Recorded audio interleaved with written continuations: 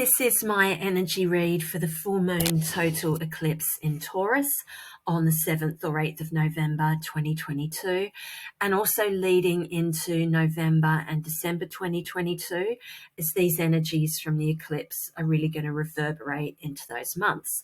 So, the eclipse effect is around now because we're in this 2-week window between eclipses and it carries on. So you can see my card read in front of you. I'll talk you through the cards in a minute. The stones I've chosen are black tourmaline. This is, and that's for protection. Clear quartz, which will strengthen the aura and for clarity of thought. And this is selenite for spiritual connection. This bright light here, by the way, is just my lamp. It's not an orb, it's just my lamp echoing, reflecting on my table. But the shape of it is reminiscent of the full moon. So I think that looks quite nice. Okay, I want to start by talking about the weather. More and more as I've done this work, I've seen a connection between the weather and the state of energies of people. So yesterday, I live in London in the UK. Yesterday was really warm for the time of year, like in the low 20 degrees Celsius. It was very humid, very still, very warm, very oppressive, and the air and the energy felt stuck. And today, this morning, it's raining. There's been some steady rain all morning, and this is really breaking that heaviness in the air. I think it will feel a lot fresher and lighter as the day goes on. So it just brings up the idea of what is or has been feeling heavy and stuck and what needs to shift. What is, in what situation is it time now that it shifts? Okay, and it is pertinent because, as I said, we're between eclipses. So we had the solar eclipse, the new moon eclipse, about 10 days ago, and then we have the lunar full moon eclipse, like I say, mostly on the 8th of November. I think it's happening very late on the 7th in the UK. So just a word again about eclipses and this 2-week window between eclipses, which we get twice a year. This time is all about karma, shifts. There's usually some kind of crisis leading to a breakthrough or an opportunity. It can be very dramatic and intense, but I was listening to Penny Thornton, the astrologer, and she made this point, and I agree. We need drama to shift things and to actually make changes. So it's difficult at the time, but what it leads to can be that much better. Often something is hidden because in the eclipse, the sun or the moon goes in front of the other. So something can be hidden and something can also be revealed that we didn't know about or we weren't able to see. It's also a time of new possibilities where our minds and our eyes open up more to the way things really are. And it leads on to a new way of looking at the world. So it's all big stuff. The other thing I wanted to mention too, I'm sure I said it in my last video, is that this time now is really strong and really charged for using affirmations, positive affirmations, manifestation, and just intensifying the power of positive words and positive thoughts.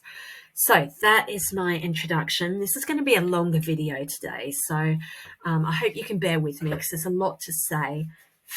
And I feel like this video is going to form the background to any other videos I make over the next 2 months. It's more long term. Okay, so we start here with the 6 of Cups, which is a really nice card. So I feel like this is the card for the coming week, and it's also telling us the mindset to go into this dramatic time of the eclipse on the 8th with. So this card is all about interpersonal connections, can be about family love and family reunions, about giving. 'Cause this person giving the cup is younger, they're giving it to an older person. So it can be about giving to different generations. It's a card about giving and receiving, and because it's a cup, we're giving from the heart. So one of the messages here is don't hold back on giving to others from your heart. It's also talking about the receiver and saying be open to love and kind gestures from others, and what others offer, and know that you are worthy of this love and kindness. And a reminder that giving isn't just giving material things or money or objects. We can give our time, we can give kind words, we can give positive energy. And also, it is cups, and this card is saying what gets us through these times of drama and crisis and uncertainty is love and compassion. So cups are being given, love is being given. All the other suits have their place. So pentacles, that's giving material and practical things. Wands is giving action and doing practical things to help. Swords is about communication and thinking and the intellect. But what we're being asked to give now is the cup's energy. So that for me brings up two ideas. Number one, the idea of asking ourselves, what would love do? In difficult situations or any situation, what would love do? And another idea is that whatever the question is, love is the answer. So what does that mean? What does that look like? Okay, so that sets the tone for the reading. And next card was the Tower card. Now, as I was shuffling, that fell out and it fell upside down on the floor and it was sideways. And I picked it up sideways, which is why I've put it like that. I do interpret reversals, but I don't think this was intended to be reversed. I think it was intended to be the right way up, but I have put it sideways. Okay, so in the Tower card, this is a big card, major arcana, drama. Lightning is striking the tower where the leaders are, the powerful are, and the leaders fall. So it's a card all about disruption. It says change is coming, and that change is sudden, dramatic, and often unexpected. One of the ideas I got from it being sideways was asking, is the drama happening to you or around you? If you're not directly involved in it, ask to what extent will you engage in the drama? You have a choice here. So just have that at the back of your mind. Now, these people falling from the tower, they're wearing crowns. So they are powerful people. They didn't expect it. So they thought they were safe and could get away with saying and doing things that hurt and harmed other people. So there's a lack of humility, a lack of self-awareness, and too much self-importance here that they just do not see this coming. So then the tower falls, and I asked the card, well, what happens then? And I got the message that no one can lead from the top of this tower anymore. It was a type of leadership that obviously didn't work and had to end. So it's time for a new way, but a new way that will only come about because these people played their role. So as much as we criticize other people, this is a reminder that we're all good and bad. We have two sides to all of us, and those playing these roles of like these villain roles, they're there for a purpose as well. And that is part of the eclipses, to shift things, change things, move things on, make things better. So their role is important in its own way as well. Just wanted to acknowledge that. Okay, so this can also be like, this can be world leaders, it can be leaders in work, anyone in any sort of powerful position. And then interestingly, I just wanted to look at the bottom of the deck and we got the 8 of Wands. So Wands is all about action. This is quick action. They're just flying through the air. So this card always means speed. And also with it being number 8, I think that points to the eclipse on the 8th of November. So this tower situation is happening around then. So yeah, the tower event, it's coming soon. It happens quickly. And it can be with this card, this quick change that comes in can happen quickly, but after a long wait. So let's see how that plays out. Just before I go on to these cards, looking back at the Six of Cups card, as I said at the start, be in this vibration, be in this energy during this drama so you're not drained by it. And it's also a reminder that the next step after this tower falls needs to be heart-led, like the Six of Cups. This tower situation was not heart-led, so it failed.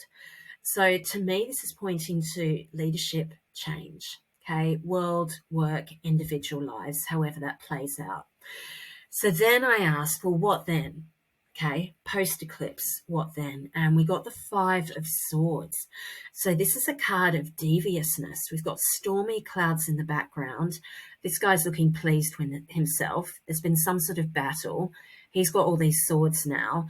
These people are walking away. They've obviously lost or feel like they've lost some sort of battle or been in a battle they couldn't win. This guy has his head in his hands.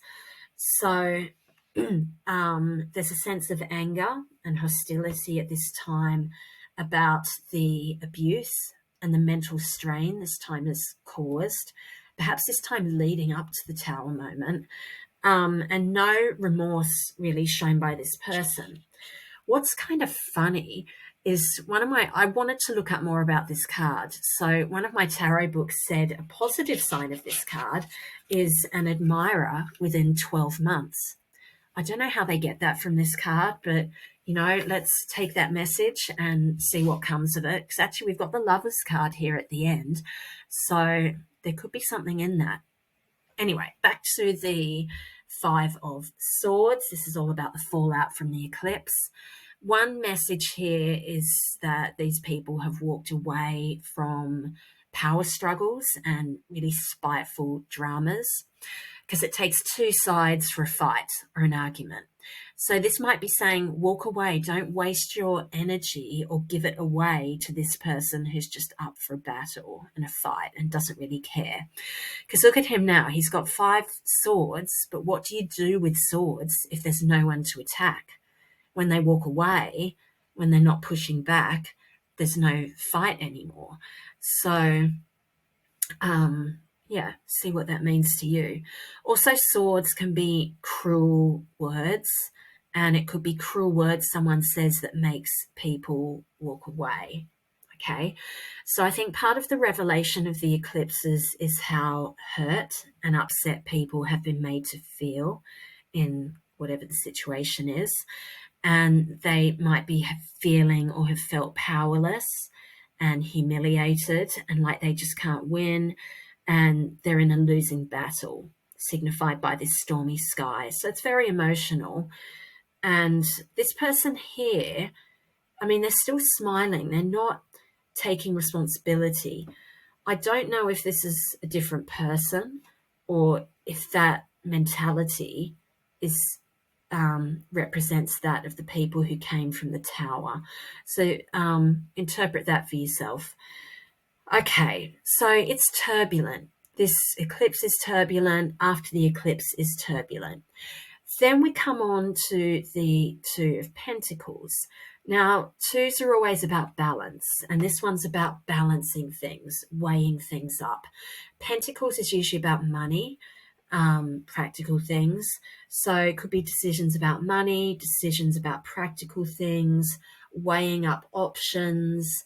Maybe after this fallout, there's new options. So just looking at things, weighing them up, but not being entirely sure yet. And that's okay. Sometimes we know what to do straight away. Sometimes we do need to give it a bit more time, because we've got some retrogrades coming up. Jupiter's going back into Pisces and Mars is retrograding, I think, from the 30th of October. So that can be a good time just to weigh things up and see how things are now and what our options are now.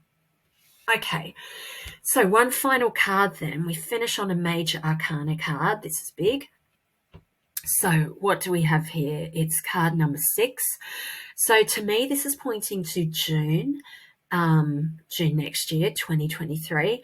And this is also the card of Gemini with the two people. So we're looking at Gemini for timing. You know what I said before with this card about possible new love relationships in the next 12 months? We're looking at June for that. So let's see how that pans out. That message will be relevant to some people. Okay, we've got the sun shining. We've got this angel here blessing these two happy people. So this is the card of relationships, can be romantic relationships or just any relationships. This could represent, there could be endings of relationships here with fights and arguments. And this is maybe a new relationship coming in or just pointing towards happier times. This Six of Cups would also point to a new set of standards for how you want to be treated in your relationships with others. There's something coming up here about hurt. So I did read this kind of saying that someone posted yesterday on the internet. I think it was from Maya Angelou, and it was saying, you only get to hurt me once, because you show you can do it once, you can do it again. So maybe that's relevant here. You only get to hurt me once. And for the word hurt, you could put in disrespect, belittle, trick, deceive, laugh, patronize. You only get to patronize and hurt me once. Because now, having gone through this, I know I don't deserve that. You've shown me once that you can do those things, and I won't allow it again. So this, I feel, is pointing towards some people really speaking up, linked in with the Tower too, walking away, or putting up such strong psychic defense that it will just bounce off them and hurt whoever's done the harming. But overall, this is pointing towards more harmonious interactions and relationships at all levels, but after we've gone through this crisis trauma point, to get us to the changes that we need. Okay, everyone, that was a long one today, but as you can see, it's a big read. There's a lot going on there, and I really wanted to explain it all as clearly as I could. Some messages there will be more relevant to you than others. I hope some of it was. And as I say, this looks ahead from the eclipse through into November and December. And I should be back in that time anyway with a few updates, but this is my main overview. Okay, everyone, take care, and I'll talk again soon. Bye-bye.